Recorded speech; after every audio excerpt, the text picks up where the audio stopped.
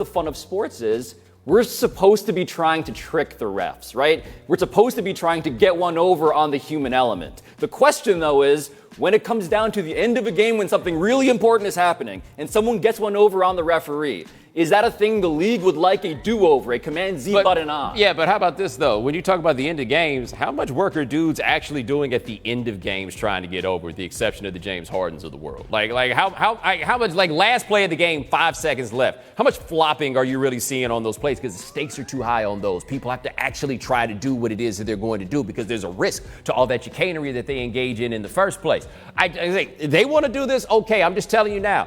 There's no chance that this stops at one, and everybody that wants to prioritize this Minority Report type stuff is going to wish they had not. Well, I do think that the future of the robot referee, which is the end game of that Minority Report future, I was once on that bandwagon. I am not anymore. I don't think that would be fun to watch. I don't think that would be accomplishing what sports are meant to accomplish. But in terms of the end of game stuff, I do think this is the NBA recognizing, look, these referees have messed stuff up, especially last season. This was a major issue for players, for teams. The Houston Rockets and the James Harden stuff was just one of those examples. I do think they want accountability for those human elements that have been providing us entertainment otherwise. I just want you to think about this. You say the command center is a slippery slope. You're late, dude. The monitors on the sideline already got people falling down the hill. Our next name today is Tyreek Hill. In April, Bomani, Kansas City had suspended Hill from team activities after audio emerged of him threatening his fiancée, Crystal Espinal, and discussing using a belt to discipline their son. The day before, a child abuse probe had resulted in no charges. And years before that, back in 2015, Hill pled guilty to domestic assault and battery against a pregnant Espinal. But today, we have reportedly full audio from that April recording I mentioned. And Hill is heard denying the 2014 case and accusing Espinal of lying about it.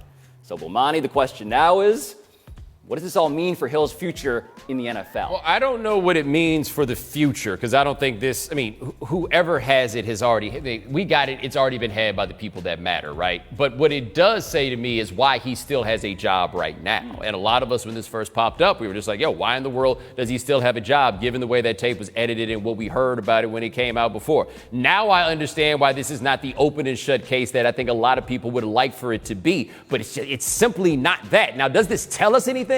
No. Does it give us any definitive answers? No. But I think that's kind of the point, that maybe this is a bit more ambiguous than we thought it was when we first got word of it. It seems like it's reasonable to believe that neither of the people in question, Crystal Espinal or Tyreek Hill, are particularly trustworthy narrators. I don't know if I trust either of these people based on what we've heard from the authorities, by the way. The authorities have temporarily taken away their child. The authorities looked into the child abuse case. There apparently is an investigation on that level, on some governmental level, still proceeding.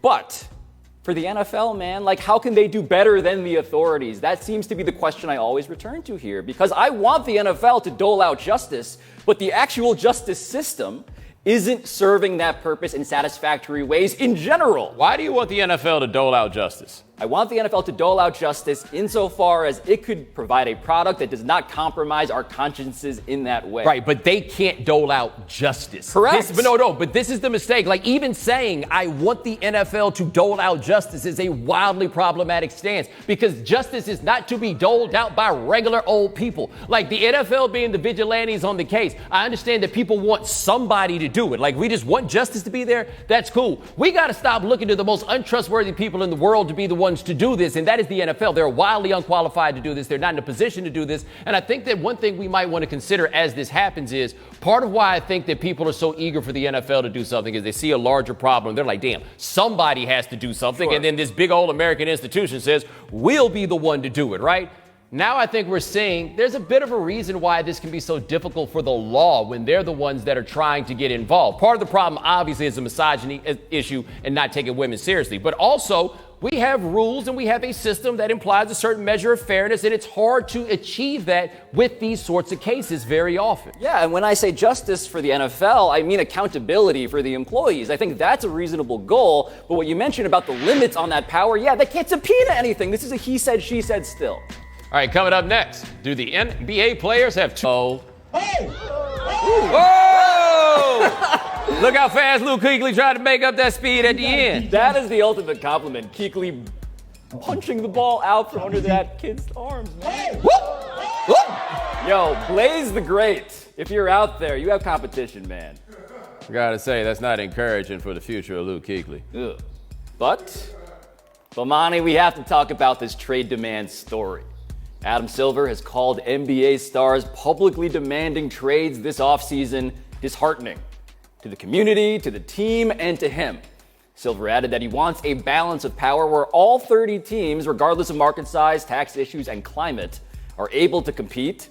So, Bo, what do you make of the commissioner's concerns? Boo-hoo, man. All right, like this idea that you want this utopia where all 30 teams are the same is preposterous, right? If that were the case, they'd all sell for the same amount. Is that what the goal is? Because I don't think that's really what the goal is. That's not what the game is ever going to be. Look, dudes are going to want to play in some places more than others. If you are in one of those places that naturally does not attract people to want to play, then you know what you're going to have to be? A really, really well-run organization. Oregon Trail has farmers and it has bankers, okay? And if you're the farmer, you're just going to have to figure this out. And the people that bought in on this league, you knew you were buying a farmer when you got in your place with that cold weather and ain't got no black people that live in it. Now you got to make the best of it. But the Oregon Trail also has people trying to ford rivers and sinking and drowning. And so I think that is his concern. Now, but here's the thing about this situation, Bo. In one case, you have Anthony Davis. And Anthony Davis, who was punished for vocally demanding a trade. I understand why Adam Silver is agitated about that on behalf of his employers who are the owners. I get that. But the Paul George thing, which is the second example that we're talking about here, that's kind of the dream, isn't it? If you're Adam Silver, that's kind of exactly what you'd like the future to actually look like, because that was privately handled. He never publicly expressed it. Only in retrospect did we learn he wanted out. And in the meantime, what happened for the sad people trying to ford the river? They got more draft picks and more back for a single player than anybody ever has. That's not going to sell any tickets this year, though, right? Like, that's where the dilemma for that is. Again, when you start viewing this through this like asset lens, the people part comes in, and I do understand for these smaller markets, we can't sell people on watching this dream, right? Like, even your Sixers, when they were doing that stuff, they weren't selling any tickets about it. So I get where these guys are coming from, except they made their money via cold-hearted capitalism, right? Yes. They went and they tried to destroy everybody along the way. And now when you buy a team, there are only 30 of them, there's a possibility that you're going to be on one of the lower rungs of this, and it's going to be a little bit more difficult for you. But where Silver loses me on this is the idea that trade demands are disheartening. Hey, man, sometimes people don't like their jobs. Sometimes they want different jobs. You are never going to be able to eradicate that. And if it hurts you that sometimes guys wake up and don't like their jobs, does it hurt you when the teams sometimes wake up and decide, hey, this franchise anchor we just extended, we don't want him anymore? That's exactly why I have zero empathy for the owners. It's because this is all capitalism. This is collectively bargained. It's more than capitalism. They agreed to the system that gave rise to these conditions. Keep in mind, in the Kawhi and Paul George examples, those guys initially were traded to these places, right? Kawhi went to Toronto against his will, so to speak. Paul George goes to OKC against his will, so to speak. And from there, they make power moves. But in terms of whether I should feel bad for Clay Bennett because he got this giant haul of draft picks and had to lose Paul George because his team actually was wise to value the future over the present in this case, no, that's how the system works. And it's a collaborative approach that resulted in all of this. But the problem that Clay Bennett has is, and this is with a lot of these teams, I think Utah jumps off the list. There are a few more that we can point to. They don't think anybody voluntarily wants to live there. At least not in the demographic of people that they're dealing with to play basketball. They don't think people voluntarily want to be there. So what their solution is, how do we make people want to stay here? Now, what they could do is eliminate the max salary, right? If your problem is we got to figure out a way to make it so all these people can stay, eliminate the max salary. The counterpoint then is, well, these small market teams then can't afford to pay that salary. In the rest of the world, if you can't afford something, then get up out the paint. Yes, you sell your team to the many, many billionaires who may be of problematic extraction and origin, to be clear. I'm not saying that Clay Bennett selling to the next tech titan is going to make a team that values, asset management the way that you or Adam Silver would even want them to, right? I'm not saying that the next owner would be better than Clay Bennett. All I'm saying is, if the problem is you don't have enough money to keep these guys in an uncapped world, or at the very least in terms of max contracts being uncapped, then yeah, I'm sorry, that's how the game works. Yeah, well, fair. People don't like it when someone else is getting the check, right? But I mean, this is a basic subsidization argument that all these teams are making. We need you to do this in order for us to survive. The irony of this, though, to me is, I don't think market size, and I mean, after a while, them headbands weren't thick enough to get the job done, but now the new styles will allow him to protect himself a little more. That is correct. He says Kung Fu King Bruce Lee Braun, and I just want to point out for LeBron's sake, Bruce Lee never wore this, man. Bruce Lee's hair was incredible. He did not need that. The bangs, honestly, inspiring. Somebody on Twitter explained to him that he just missed it. Bruce Lee. Somebody on Twitter, please explain to him that he missed it. Someone on Twitter, Google Bruce Lee's hair. Stop doing this. You missed it. Quote. Oh, with bangs tomorrow. Days passed and I still couldn't find peace. I started seeing a therapist. Said Serena Williams in a first-person essay for Harper's Bazaar magazine about how therapy helped her move on from her 2018 U.S. Open loss to Naomi Osaka. Let's relive that moment and watch. I understand why you may have thought that was coaching, but I'm telling you it's not. I don't cheat to win. I'd rather lose. I'm just letting you know. Game, Osaka.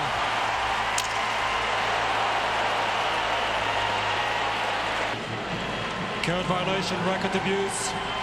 Point penalty, Mrs. Williams.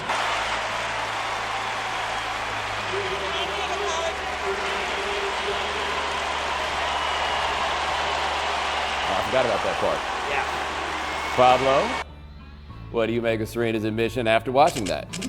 The essay that she had in Harper's was very well done, and I admire her stance on the big picture issues about double standards that she made, but she had a two-pronged problem, I think, dating back to that match. One was she took shine away from Naomi Osaka. Naomi Osaka seemingly has apologized and all good. But the second thing is, she was kind of going in a little too deep. And in this piece, she doesn't necessarily reckon with that specifically. She sort of zooms out and says, why would I be treated like this for doing that, whereas men cannot? And I'm like, but what about what you did there, which was kind of a lot? Well, I think there are two things that are going on here. One is that I feel like the overall theme of the piece combined with the pictures that were not retouched for publication was imperfection, right? It was the idea that you were dealing with a human being and human beings have moments, and it is fair. And that was one of her points is, why don't I get to express my frustration? Men get to express their frustration all the time. Don't nobody get to break no tennis racket, right? Like, let's be honest about this. And so where I found myself in reading the story and in the way that she phrased a lot of the stuff and talking about this in these big macro terms is, rarely, if ever, are discussions about Serena Williams actually about Serena Williams anymore. We have given up on the idea of dealing with her as an individual. What she is, for those who love her and those who do not, is an avatar onto which to project whatever you want. So when you see Serena lose it on the court like that, it's how come we don't get to behave like this? Or why do you make them behave or put themselves into a box? Like, this came into this idea that men behave like, and I don't think that's the case. I think that there's the truth in the larger macro issue, but I don't think that's what happened here specifically. But to be fair to her, she's been getting dealt with and mistreated on so many levels of this game by so many people, and in a way that's not in line with being someone of her stature. I can understand the larger level of frustration she might have. But for me personally, to read her double down on why it wasn't a problem that she behaved as she did in that moment, not here for it. Yeah, this is why this is complicated, because she's really good at public relations, and she's good at it because the bedrock of it is an authentic observation of why she's been treated differently and worse. All of that's fine, and all of that is in general true. But when it comes to this, when she said, I went to therapy and that's how I got over this, I thought it had to do with the fact that she had the outburst. I'm not saying that all outbursts are bad and all outbursts must be medically dealt with. I'm just saying that it evaded the idea of, I went too far. But the thing was, the trickle down started with that coaching penalty and which everything descended. And by the way, that right there was kind of questionable, and that's why it's rarely just about what happened in the moment. It's always about something bigger. Our next number is 3. Because details on Kawhi Leonard's contract with the Clippers have emerged, and it will be a 2-year deal with the player option for year 3. meaning both Paul George and Kawhi could bolt LA after 2 years. So, Bomani, why do you think Kawhi did his deal in this way? My guess from the jump was that he was going to sign a 2-year deal. I thought he was signing in Toronto, but the rationale was pretty simple. He's an 8-year veteran, and after you've been a 10-year veteran, you can make more money. So you give yourself a chance to go renegotiate this later when you can come up with the big score. Now, the other side of this, of course, is he exercises a great deal of leverage over the Clippers now. But to me, that leverage over the Clippers is, hey, Clippers, stay good. Isn't that what they should have been doing anyway? It is what they should have been doing anyway. And yes, the carrot at the end of this particular stick is $250 million, which is on the table when he comes up for free agency in 2 years. But to me, what I'd love to do right now is inject Jerry West or Lawrence Frank with some truth serum and ask them, how much did you really want to pay for Paul George? For 2 years plus one of Paul George and 2 years plus one of Kawhi Leonard. Because what they paid for him, both of them together, my Lord, that is a lot. It is more than anyone's ever paid for anything, we know that. But when it comes down to just a 2-year experiment in which that second year they do basically have to fear him walking and perhaps demanding a trade, that's a lot less than I thought they were going to get. Nah, I mean, but to be fair about the way that these things go in the league, I mean, they were basically 2-year deals anyway. Paul George just got himself out of his last gig and 3 years left on the contract, right? Yeah. So, like, how much different is this anyway? In closing, I'd like to welcome you to Atlanta, where the players play. Sometimes it's just money laying around on 285. No, really, there's just money laying around on 285. Wow. Yeah, apparently a brake truck opened up, 175 G's were on the street. And shout out to all the people who peep game fast enough to stop, pull over, and come up. Yo. Big beach hit streets. But she's who I don't understand, right? Like, she stopped, she picked up that money, and she ran back to the car. What, are your hands small? You ain't got no pockets? Get some more of that bread. I would be so terrified upon seeing all this cash on the ground, like that this is a trap. Like, this feels like a giant bait car situation. It feels illegal also. Like, are we just allowed to do that?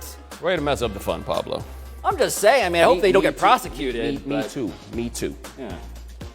In closing, I didn't realize that the gender reveal party was an international institution, but here is Australia showing us Americans how it's done. A dangerous baby gender reveal burnout stunt became a fire emergency in the city's north. All the evidence captured on their own drone. Special smoking tyres billowing blue plumes, revealing it's a boy. But the danger level is about to heat up. Flames erupt, the baby blue replaced by an ominous black cloud. Mates help the driver and passenger out of the sedan before one takes the ultimate risk, these or don't do it jumping like in that? and trying to move the car as flames continue it's never to pour worth out. it. Gold Coast man Samuel Montesalvo is Because the why daredevil do you need behind a the color reveal. to It's all say, fun oh, and you have a games boy or until a girl? someone Great. loses, What in happened to this the case, old-fashioned thing a of, car. we have Fire life stunt arriving caught on the this attention of planet, let's police celebrate who it on those slammed on merits. You don't need to Montesalvo's color brakes. it for it He to was be. charged You with can't dangerous find operation fun of a in motor simple vehicle, stuff like fined this, by but you find $1,000 fun and drinking disqualified water from out of driving your for shoe. 6 Be I do. quiet. Be quiet. The car exploded! That's the guy! Tell them what comes on Dead! Highly questionable.